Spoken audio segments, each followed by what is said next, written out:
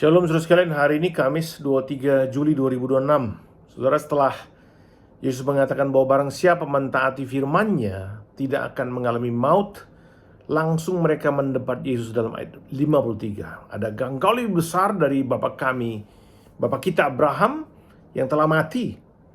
Kamu bilang tidak akan mengalami maut. Abraham mati dan semua nabi juga mati. Dengan siapakah engkau samakan dirimu? Saudara, apa jawaban Yesus dengan tantangan ini?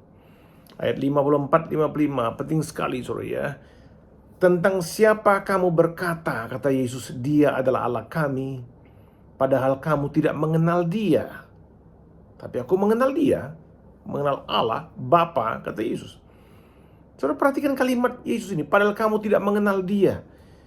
Kalimat ini saudara langsung melemparkan mereka ke neraka, kepada kematian kekal atau maut yang sedang dijelaskan Yesus.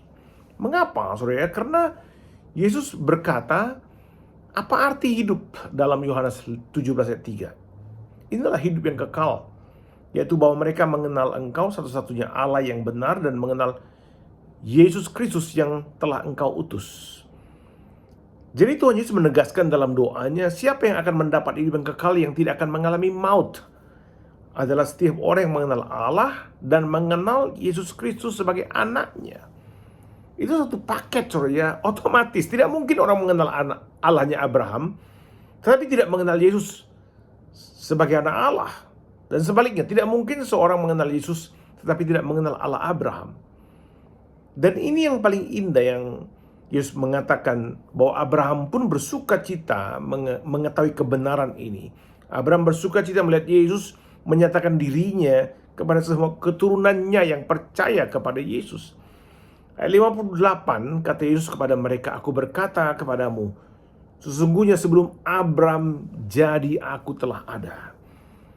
Yesus menjawab dengan dua kali, sesungguhnya, serius sekali.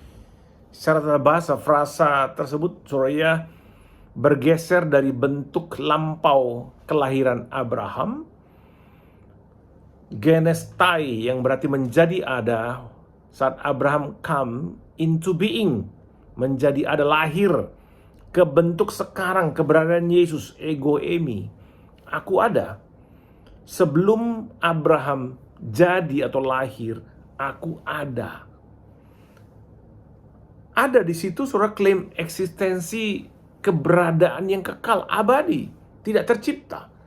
Saudara dengan menggunakan kalimat aku adalah ini sengaja saudara ya.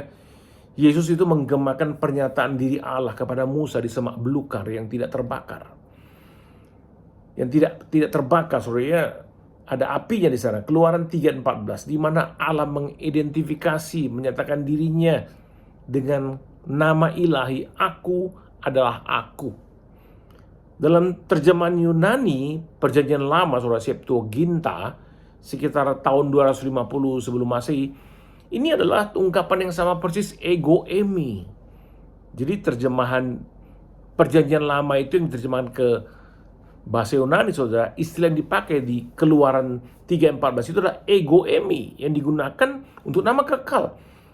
Nah, Yesus menggunakan istilah sama, ego eimi saudara ya. Terus bagaimana tanggapan orang Farisi mendengar hal itu? Mereka langsung memahami keseriusan pernyataan Yesus.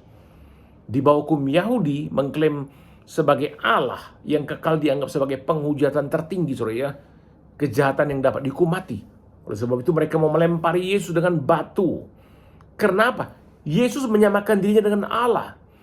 Jadi itu juga menjadi bantahan kepada banyak agama di dunia ini yang membaca Alkitab dalam perspektif masa kini.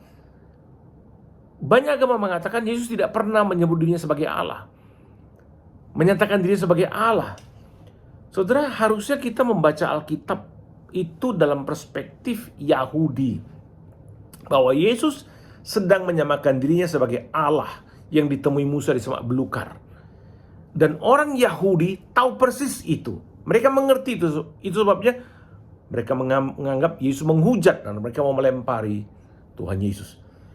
Oh saudara, mari memuji, memuliakan Allah kita hari ini. Betapa Tuhan Yesus membiarkan dirinya dihinakan walaupun dia adalah Allah yang sesungguhnya, yang menampakkan diri kepada Musa demi apa? membiarkan dirinya dihina demi menyelamatkan dosa-dosa kita. Amin, saudara.